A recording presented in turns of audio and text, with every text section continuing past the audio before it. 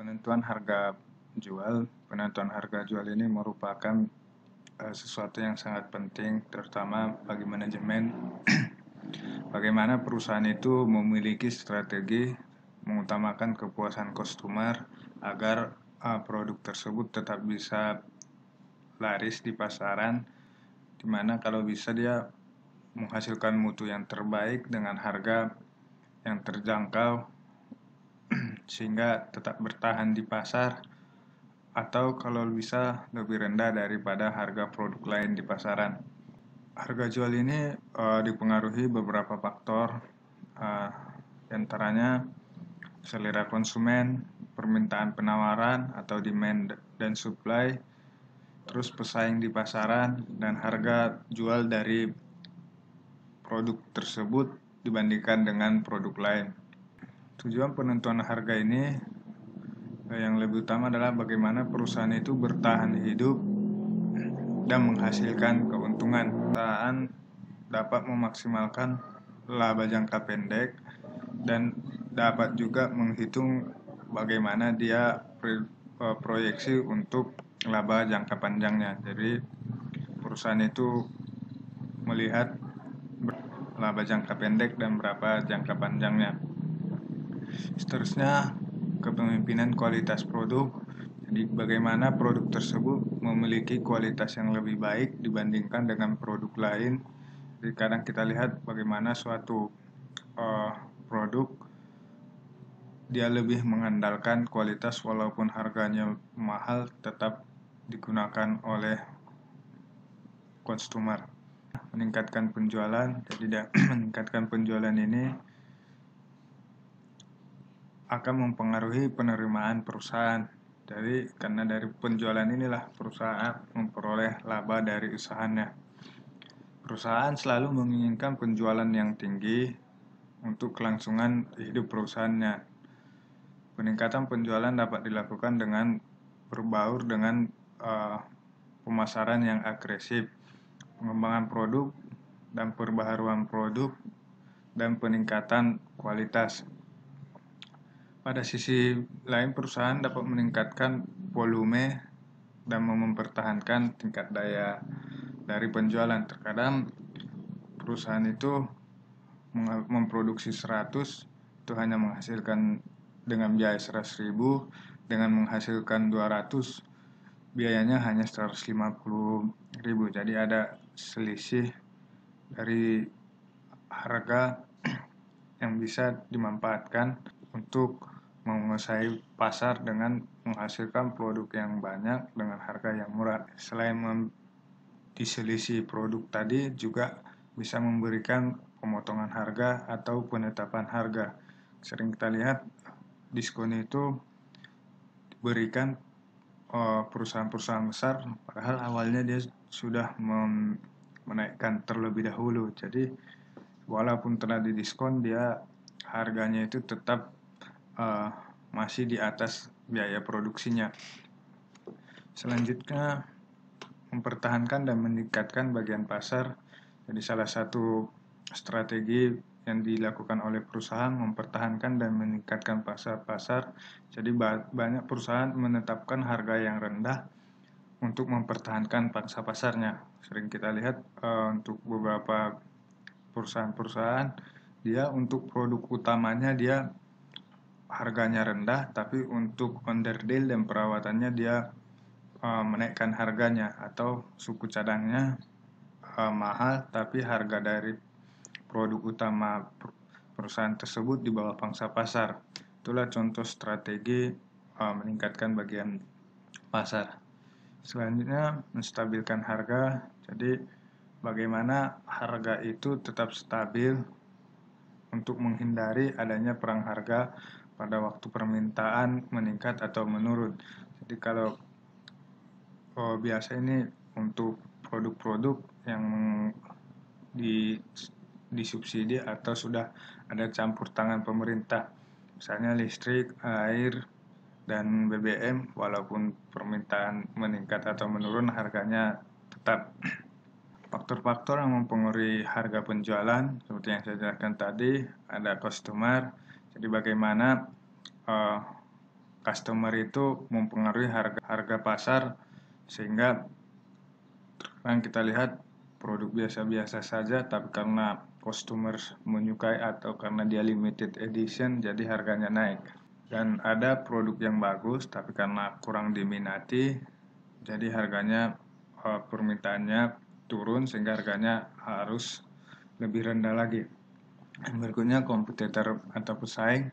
Perusahaan harus melihat strategi yang digunakan oleh perusahaan-perusahaan lain dan bisa menggunakan strategi yang sama atau bahkan membuat strategi lain. Yang berikutnya, cost dan biaya. Jadi inilah yang sangat berpengaruh. Jadi berapa biaya yang dikeluarkannya akan menentukan berapa harga yang akan dijualnya. Jangan sampai perusahaan tersebut memproduksi dengan biaya yang besar, ternyata harga yang dijual di bawah biaya produksi. Jadi kita di sini akan menghitung bagaimana supaya perusahaan tersebut bisa menjual dengan harga yang murah, tapi dia tetap mendapatkan laba dari hasil usahanya.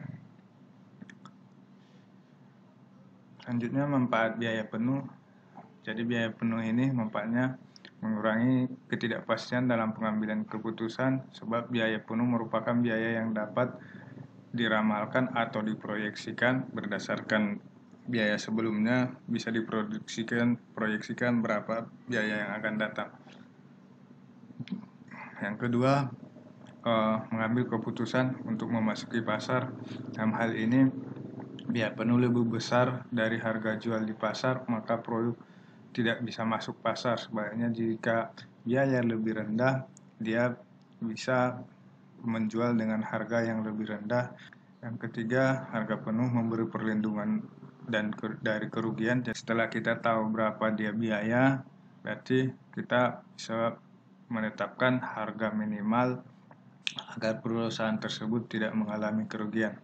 Yang keempat, memberikan informasi tindakan pesaing. Jadi kita tahu apa langkah-langkah dari pesaing. Jadi kita bisa mengadopsi atau bisa mengantisipasi strategi dari para pesaing tersebut. Selanjutnya, metode penentuan harga jual. Jadi di sini ada dua yang saya terangkan. Yang pertama, harga jual normal, baik untuk perusahaan manufaktur dan perusahaan jasa. Rumusnya, harga jual normal adalah biaya produksi tambah biaya non produksi tambah laba yang diharapkan. Taksiran biaya penuh dapat dihitung dengan menggunakan pendekatan full costing, variable costing, dan laba yang diharapkan harus mempertimbangkan cost of capital, risiko bisnis, dan capital employed. Cost of capital adalah biaya yang dikeluarkan untuk investasi, berapa modalnya. Terus risiko bisnis adalah hal jika bisnis itu semakin besar atau modal semakin besar, biasanya laba yang dihasilkan juga besar. Jadi memperhitungkan laba yang diharapkan, walaupun pada kenyataannya terkadang lama untuk mendapatkan laba atau bahkan perusahaan itu mengalami kerugian. Tapi biasanya di awal-awal memang itulah yang harus dihadapi. Jadi perusahaan itu semakin lama semakin berkembang. Yang jelas untuk mendapatkan hal tersebut kita harus menjual produk kita di atas biaya yang telah kita hasilkan. Ini rumus menghitung harga jual per unit. Jadi harga jual per unit adalah biaya yang berhubungan langsung dengan volume ditambah dengan markup. Sedangkan untuk mendapatkan presentasi markup ini adalah laba yang diharapkan atau ekspektasi. Ekspektasi laba tambah biaya yang tidak berhubungan langsung dengan volume atau produksi. Ini saya contohkan satu perusahaan. Jadi direncanakan kapasitas normal atau yang dihasilkan adalah 1 juta kilogram dengan taksiran biaya penuh, biaya variabel 2,1 miliar, biaya tetapnya 1,4. Jadi di sini betul-betul dipahami yang dimaksud biaya tetap di sini. Tanpa perusahaan itu memproduksi pun terkadang dia harus mengeluarkan biaya-biaya tetap ini, misalnya biaya tetap pemasaran, biaya administrasi dan umum. Sedangkan untuk biaya variabel ini berkaitan langsung dengan produksinya atau bahan-bahan bakunya. Total yang aktiva yang digunakan 4 miliar, sedangkan laba yang diharapkan adalah 25%. Pertama, kita menggunakan pendekatan full costing. Unsur biaya ini adalah yang berkaitan dengan produksi, baik biaya produksi langsung maupun biaya produksi variabel. Sedangkan unsur markup-nya biaya non variabel ini ada 100, terus biaya non produksi tetapnya ini 400, dan ekspektasinya 25% dari aktiva awal yang digunakan. Jadi dari 1 miliar, total unsur markup-nya 1,5 miliar, terus persentase markup-nya 1,5 dibagi dengan total unsur biayanya dapat 50%. Perhitungan harga jualnya, biaya produksi ditambah dengan markup-nya 50% kali 3 miliar, total harga jual 4,5 miliar dibagi dengan volume yang diproduksikan. Jadi harga jualnya adalah, sedangkan untuk pendekatan variabel cost-nya ini kita tinggal menambahkan biaya non variabel yang 100, kita masukkan ke sini. Jadi totalnya harga jualnya menjadi 5.322 per kilogram. Menggunakan total costing ini kita masukkan total biayanya menjadi 3,5. Untuk markup-nya sama, langkahnya sama. Jadi total harga jualnya 3.857.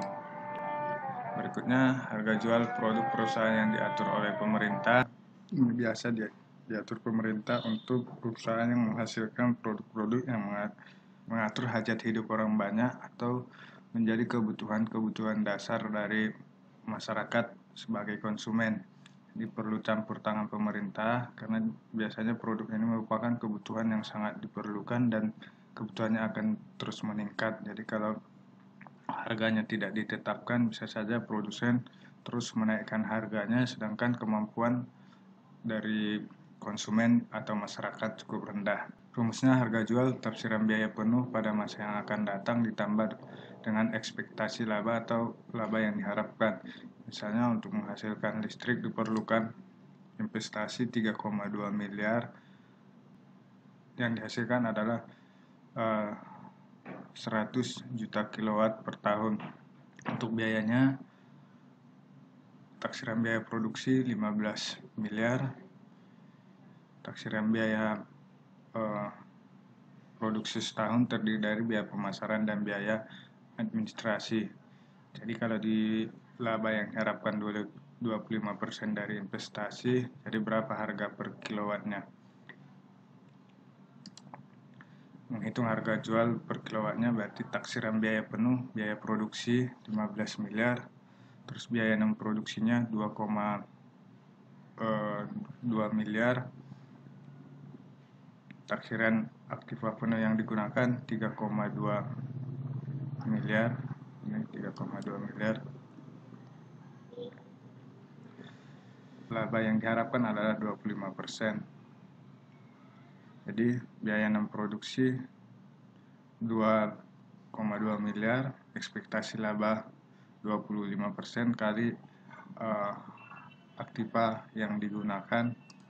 Jadi persentase markup-nya 20%, jadi 3 miliar bagi 15 miliar. Tafsir biaya produksinya markup 20% kali biaya produksinya jadi 3 miliar. Jadi total harga jualnya adalah 18 miliar. Volume yang dihasilkan adalah 100 juta. Jadi harga jual listrik per kilowattnya adalah 180 per kilowatt. Demikian untuk penentuan harga produk ini. Mudah-mudahan bisa dipahami. Terima kasih.